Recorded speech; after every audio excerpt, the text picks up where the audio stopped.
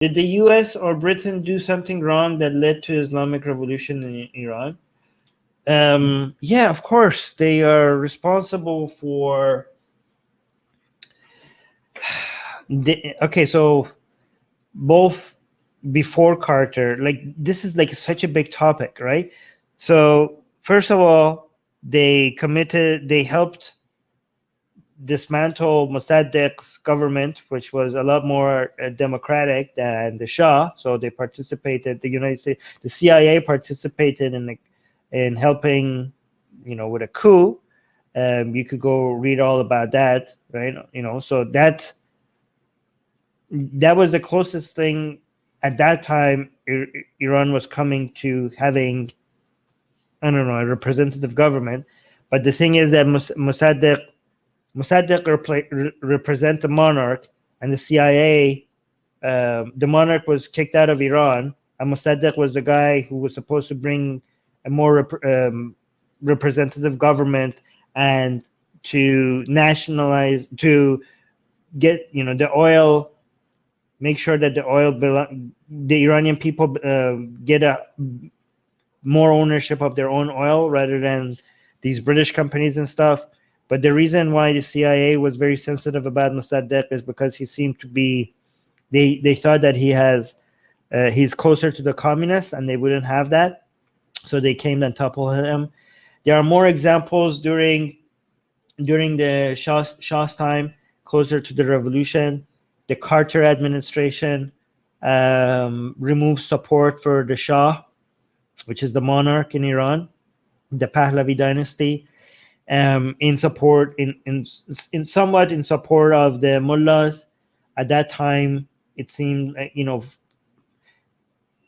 with this understanding that the mullahs are revolutionaries that are fighting against oppressors and fighting against human rights violations, with a very little understanding of what these people's philosophies are. Like Khomeini himself had books written, a book written named Vilayat al-Faqih, which if these people had done any research on, would have known that this is not a person to invest in if you were caring anything about human rights or anything like that. But Carter at that time seemed to have given up on the Pahlavi dynasty in favor of the mullahs, and the Khomeini at that time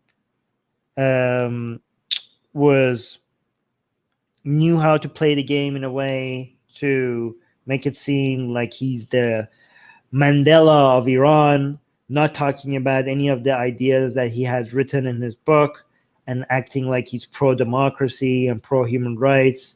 And even a lot of other people around the world, but we had, at that time, if anybody had bothered to read his books, they wouldn't be supporting him the way they did, right? So that's the United States, I think, in two major ways, helped the mullahs with the Islamic Revolution.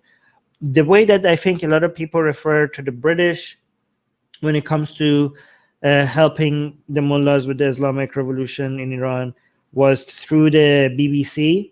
The BBC, for some reason, had made its mission to make sure Khomeini's messages get to Iran, to the revolutionaries. Like the BBC was actively broadcasting Khomeini's messages for some reason, as if they had an interest. Like, it was bizarre about how much they worked to make sure that he gets airtime in Iran airways. It was weird. The level of dedication they had to Khomeini's message reaching Iran. So that's what people refer to. That's how, when they want to talk about the British involvement. Hey guys, if you want to join these streams live, get your comments and questions read by Ali and Armin and the guests, and most importantly, to get full access to the full video versions of all these episodes, become a patron. Link in the description below.